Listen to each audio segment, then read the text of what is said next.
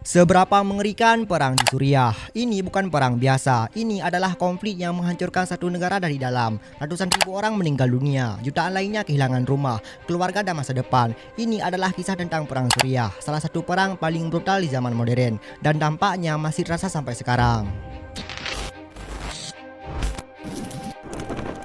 Awal mula konflik, semua dimulai tahun 2011. Saat itu banyak negara Arab sedang mengalami gelombang protes besar yang dikenal sebagai Arab Spring. Rakyat turun ke jalan, mereka ingin kebebasan dan kehidupan yang lebih baik.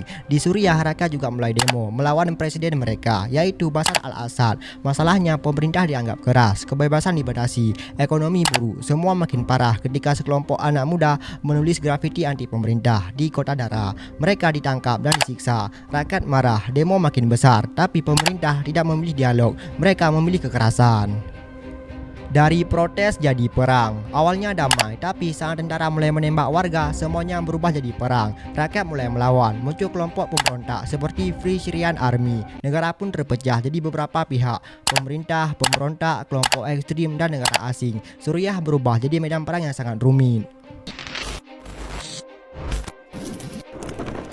Perang semakin rumit. Perang ini bukan cuma urusan dalam negeri. Banyak negara ikut campur. Rusia mendukung pemerintah, Amerika Serikat mendukung sebagian oposisi, Iran membantu pemerintah, Turki ikut intervensi. Lalu muncul kelompok ekstrim yang sangat ditakuti, yaitu ISIS.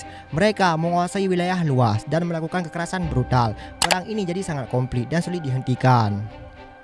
Kekejaman yang terjadi, ini bagian paling mengerikan. Kota dihancurkan, rumah, sekolah, dan rumah sakit ikut hancur. Ada juga laporan penggunaan senjata kimia. Salah satu kejadian yang paling terkenal adalah serangan kimia Ghouta. Banyak korban termasuk anak-anak. Warga hidup dalam ketakutan setiap hari. Bom bisa jatuh kapan saja. Tidak ada tempat yang aman. Makanan dan air sangat terbatas. Jumlah korban dampaknya sangat besar. Lebih dari 5.000 orang meninggal dunia. Banyak diantaranya anak-anak. Jutaan orang kehilangan rumah. Lebih dari 5 juta orang jadi pengungsi. Ini adalah salah satu krisis kemanusiaan terbesar di dunia. Nasib para korban. Bayangkan hidup seperti ini, tidur di tenda pengungsian, tidak tahu apakah besok masih hidup, kehilangan keluarga, banyak anak-anak tidak bisa sekolah, mengalami trauma, tumbuh di tengah perang. Sebagian orang bahkan harus menyeberangi laut dengan resiko tenggelam hanya untuk mencari tempat aman.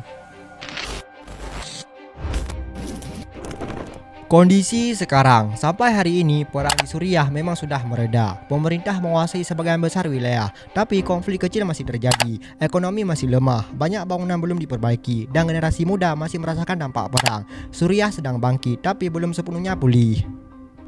Perang Suriah bukan cuma soal politik. Ini adalah cerita tentang kehilangan, penderitaan, dan manusia yang terjebak dalam konflik. Pertanyaannya sekarang, apakah dunia benar-benar belajar dari tragedi ini atau perang seperti ini akan terus terulang? Gimana pendapat kalian? Tulis di kolom komentar. Jangan lupa like, komen, dan subscribe. Saya Aristorilab undurkan diri. Bye.